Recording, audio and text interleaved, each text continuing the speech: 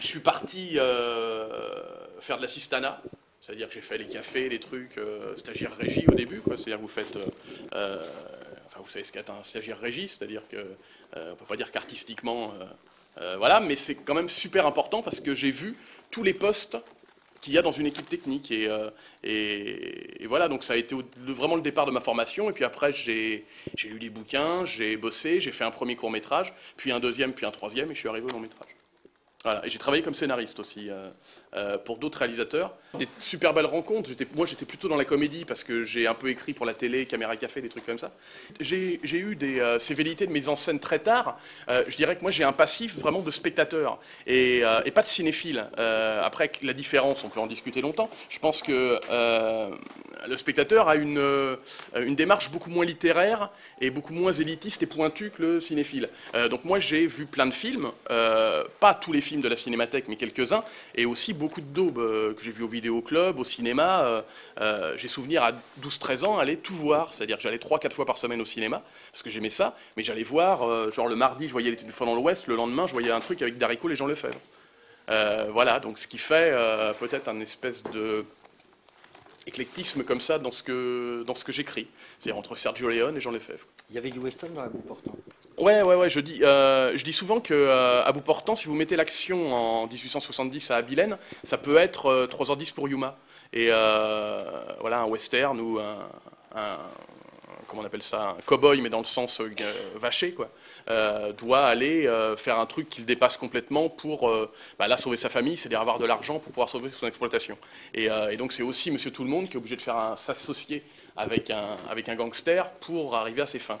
Et après, c'est pas la même histoire, mais il y a un truc comme ça de western. C'est pour ça que pour ceux qui ont vu à bout portant, quand on me demande si c'est une critique de la police, ça n'est pas plus une critique de la police que règlement de compte au Quai Coral. C'est-à-dire que pas parce que dans un film vous avez un shérif méchant que vous faites une critique de la police. C'est pas le cinéma non plus d'Olivier Marchal, c'est-à-dire on fait pas une étude de la police dans ce film-là. Ouais, bien sûr. Après, je crois qu'avec Marchal, on a les mêmes influences et les mêmes goûts cinématographiques. C'est-à-dire qu'on est très influencé par les films de Sergio Leone et Le Parrain et des films comme ça, Les Affranchis.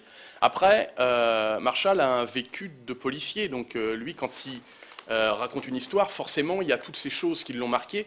Et voilà, sans faire du cinéma très réaliste, parce que le cinéma de Marchal, comme le mien, n'est pas du cinéma réaliste, mais il va chercher dans ses névroses à lui, qui sont différentes des miennes. Et forcément, son vécu est différent du mien, car moi, je n'ai pas été policier.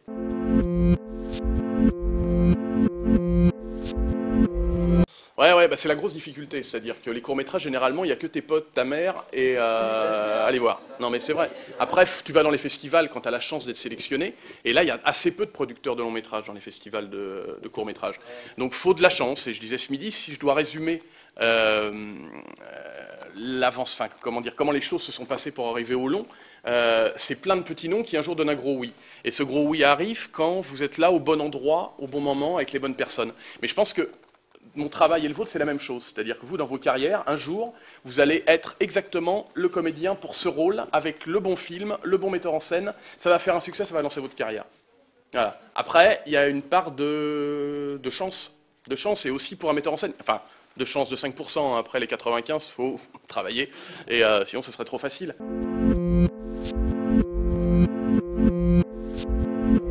Non, j'ai rencontré Donc j'écrivais pour les autres et j'avais commencé à développer l'histoire d'À bout portant avec mon co-scénariste dans une structure de production. Et en parallèle, lors d'un dîner, j'ai rencontré un producteur qui s'appelle Eric G. Hellman qui travaillait chez Fidélité. Et je lui ai montré mes courts-métrages. Il m'a dit voilà, si tu as une idée, on pourrait la développer.